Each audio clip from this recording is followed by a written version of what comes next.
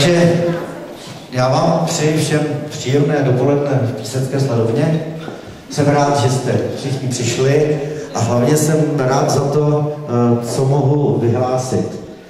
Vyhlásíme výsledky ve sběru použitých baterií. Tuhletu soutěž vyhlásil odbor životního prostředí a odbor školství Městského úřadu v Písku. Záštitu nad celou akcí převzala paní místostarostka města Písku, paní Janka Rombousová. Dobrý den. A já se hrozně rád říkám, že se celé téhleté akce zúčastnily úplně všechny školy a všechny třídy ve školách na Písecku, v Písku. A když jsem si přečetl ta čísla, tak jsem opravdu byl z toho dost překvapen a můžu říct, že s panem inženýrem Šatrou jako šéfem odboru životního prostředí a jeho zaměstnanci dokonce přepočítali, jaké to množství těch baterií vy jste všichni odevzdali. A já teď na zahájení předám mikrofon paní místostarostce Rambousové a pak přikročíme k vyhlášení výsledků. Dobrý den, já se vám omlouvám za svůj hlas, nemám takový zvučný jako pan ředitel Sladovny. Nicméně vám všem chci poděkovat za to, s jakou vervou jste se vrhli do této soutěže. Hrozně mě to potěšilo a myslím si, že nejenom mě.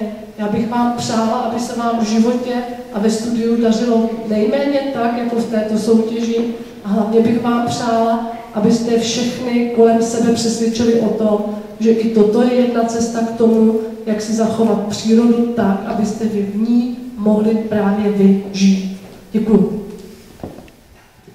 Taky děkuji a já vám jenom na zahájení řeknu, že se sebrali 4 tuny použitých baterií a přepočítali jsme to jenom na baterie tužkové, když se sbíraly i baterie menší a to číslo je neuvěřitelné. Na tužkové baterie to vychází 196 000 kusů tužkových baterií a to si nedovedu ani dokonce dohromady představit. Je to něco neuvěřitelného a díky vám a všem vašim kolegům se tohlete věc nádherně podařila.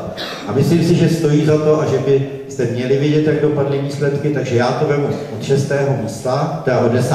místa. Na 10. místě 5. A základní školy Edvarda Beneše 139 kg. 9. místo 4. B, základní školy Jana Husa 154 kg. 8. místo 6. A, opět Husovka 163. 7. místo opět Husovka, 7. B 185. A já teď už budu vyhlašovat první výsledek, protože z prvního stupně byla nejlépe na tom jedna třída a já poprosím paní slečnu Lenku Kvapilovou, což je zástupkyně firmy Ekopat, což je specializovaná firma, která se zabývá sběrem a využitím baterií, aby předala tuhletu cenu za 6. místo 4. A základní škole Tomáše Garrigua Masaryka za 187 kg baterií. Prosím, pojďte si pro cenu a překvapte.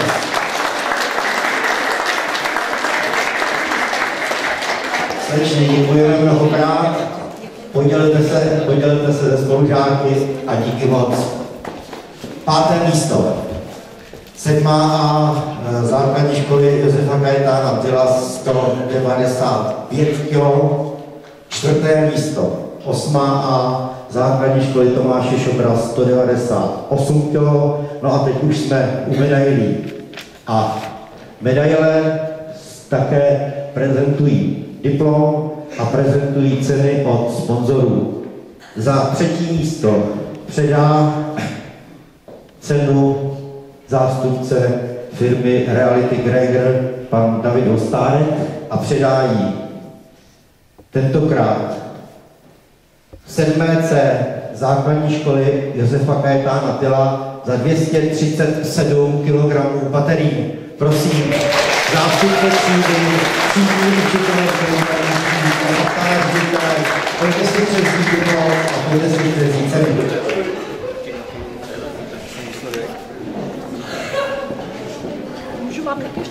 Ještě jsem spěchá pan ředitel a paní třídní.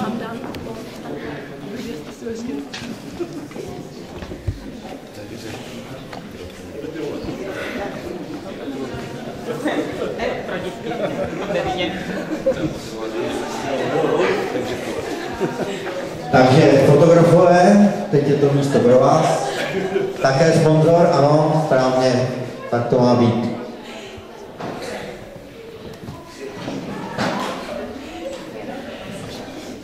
Gratulujeme. Báječný, je to potles.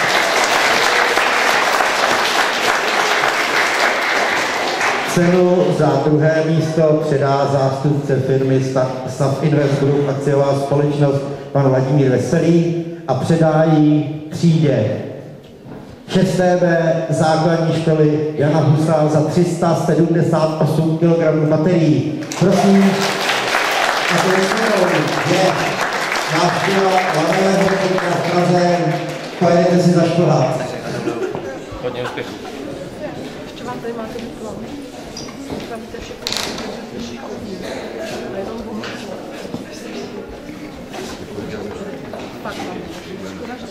tak, fotografové, filmaři se sponzorem.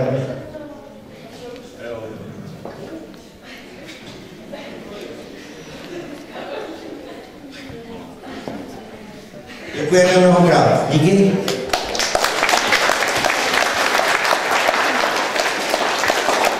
Já jsem ještě zapomněl říct u třetí ceny, že ta třetí cena byla v hodnotě 7 000 korun a že je to návštěva akvaparku v Příbrami a Husovka si teď odnesla v hodnotě 12 000 korun návštěvu Lanového centra v Praze.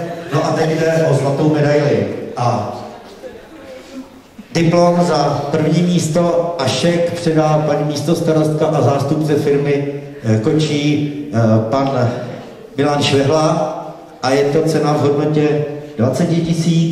Je to vlastně zájezd podle vašeho výběru a přijde si pro ní 9B základní školy Tomáše Šovra za 379 baterií.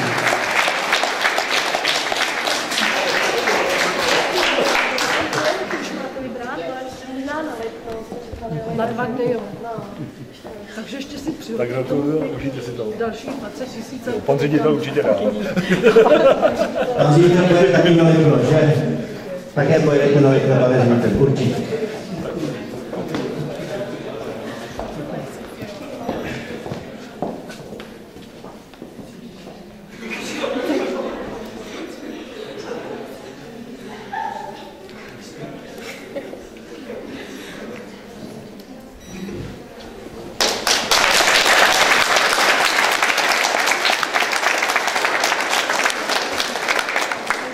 Já si myslím, že to je báječné, co jste dokázali. Já jenom bych byl rád, kdybyste v této své aktivitě vytrvali a nejen zrovna o sběru třeba baterií, ale třeba něco jiného. Třeba odbor životního prostředí ze škol jsme ještě vymyslí něco lepšího a rozhodně ve vás máme základ toho, že umíme cítit, že umíme přemýšlet o tom, že je potřeba některé věci ještě zužitkovat. A když vás tak vidím, tak mě napadá takový příměr z dílny pana Vericha. Pan Jan Verich, který měl rád života, lidi a legraci a všechno, říkal v jedné své předscéně, k jedné své hře v Těžké Barboře, si tam dva povídají a ten mu říká, hele, víš, kdo to byl Vernačo? Říkal, no vím. A on byl živ 70 let, to je krátký nebo dlouhý život? Říkal, 70 let, to je dlouhý život. Já bych řekl, že krátký. Říká, proč? No, protože v téhle minutě se po téhle planetě toulá 3,5 milionu lidí, kteří už tady 450 let nemuseli být a nic se nestalo. Zatímco vy patříte do té skupiny, který je potřeba, abyste tady hodně dlouho byli.